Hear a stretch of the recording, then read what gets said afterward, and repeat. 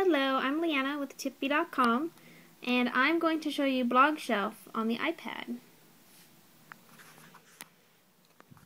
Blogshelf is an RSS reader for the iPad, and it's designed to mimic Apple's iBooks application.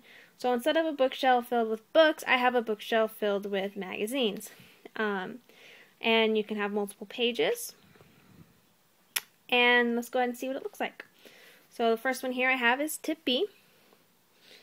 I have noticed that images sometimes do not show up appropriately. If for whatever reason the app isn't getting the picture, it puts one of these little random pictures there. I think all the other ones are pretty good, just those recent ones. So it usually shows the first picture that would be on that story. So let's go ahead and tap this story. Maybe it's because we had a video that I didn't like it. So here is freeing two-way video calling. That's iPhone for chat with Android and Nokia. And here's the story. And let's see what happens when we tap the video. We can watch it right there inside. And we can make it bigger. Hey everyone, Richie from tipbee.com here, and Freeing has just updated to allow two-way. So there we go. Tapping, okay, let's go back. If I tap the fonts, I can make the font smaller, bigger. I can change it to white on black, black on white, and I can adjust the brightness of the screen. I can email the story by tapping the little mail. Cancel that. I can favorite this. I'll go ahead and leave it as a favorite. And then tapping this one brings me back to all of the Tip B articles. So let's go ahead and choose another one. And then if I tap this one, it brings me back to my bookshelf, or my magazine shelf. My blog shelf, I guess, is what I should call it. Let's see, so let's go into another one. If I hit favorites, it'll show all my favorite articles, and I don't have any, so then it just came back to the regular. So let's go ahead and favorite a couple. Mark this one as a favorite. Oops. Mark this one, and this one. Now if I tap my favorites, here are the articles that I have marked as favorites. I thought I did 3 of them. Maybe I messed up. And so I can quickly find my favorited articles. And another thing, let's go ahead and not look at favorites. Let's go ahead and read this story. To swipe through stories, I don't have to always go back and look at the list. I can just swipe. There's the next one. There's the next one. And so on and so forth. So that's pretty nice. To edit how my shelf looks, I just tap edit, and now it's just kind of like jiggly mode on the iPhone or the iPad's home screen. And if I hold down, I can move them around, I can move them to other pages, X them out, and then I just hit done when I'm done. Blogshelf has a lot of common blogs and websites that you can add. So again, they're kind of going with the Apple App Store, iBook Store feel. Right here's the featured blogs. So let's say I wanted to subscribe to the denim blog.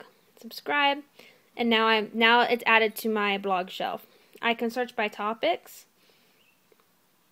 So let's search technology. And this is what I have in technology. Let's go ahead and subscribe to, actually, /. Subscribed. Okay, I can go back to choosing a topic, or now I can search.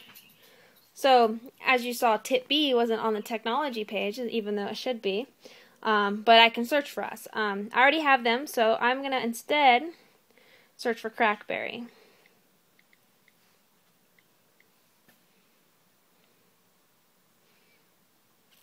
And here we go. So this one is BlackBerry forums.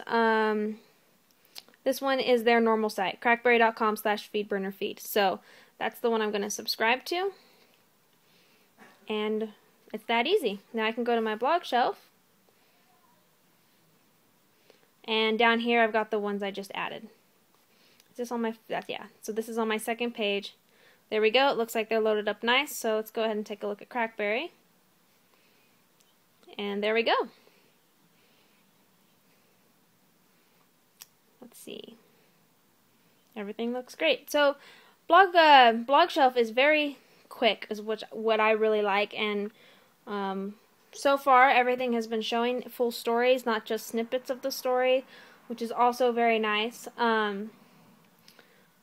It does seem like the pictures have issues sometimes, like right here Apple Insider isn't showing a picture, so that's kind of annoying. It's not, I wouldn't say it's something that's critical and, you know, is going to make me not use it. It's just a little bit annoying. But I wish they would fix that, because I would like to see pictures on everything. And it usually, I believe, shows the most recent picture, the picture that is related to the most recent story. But there's one other thing I wanted to show you. And so I have loaded Blogshelf, and I'm on Wi-Fi right now. Now let's turn off my Wi-Fi.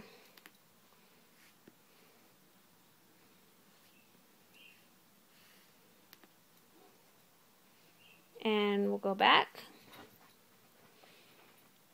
I can now read everything that I had just loaded offline.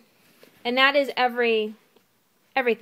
So let's pick up something I didn't open, like Serious Eats. And here we go. I can go ahead and read any of these stories. Whoops, sorry about that. There we go. And it's all there. There are some little errors down there. Those are, I think, mostly like links where you can post to Twitter or whatever links that the blog has added. Those disappear. But the story is still there. If I pull down, it says pull down to hide menu bar, or pull down to show it. So right now you can't see my menu bar. I think I can just tap to bring it up, tap to make it go away, or you can slide. Oop, there we go. So there we go. Yeah, so again, let's go ahead and open tip B, and everything that was there the last time I was here is there. So this is really, really nice. So if you're about to hop on a plane and you want to have stuff to read, launch Blogshelf before you get on, let it do its little loading thing in the beginning, and then all your stories will be there. It doesn't even have to be, you don't have to go through and open each individual feed. You can just open the app and it loads all those feeds for you so you can read offline. So that is really, really nice. So that's basically it. I mean, we covered everything. One thing I would have liked to see is maybe a little about or help or something. I had to investigate to find out how offline worked, if it showed me everything or just if I had to load individual things or put them in favorites. So it was experimentation that showed me that everything is there for offline. So some sort of something like that would have been nice, but it's pretty straightforward, so it's not that big of a deal. Oops. So there we go. That is Blogshelf on the iPad, and I am Leanna with tipb.com. Thank you.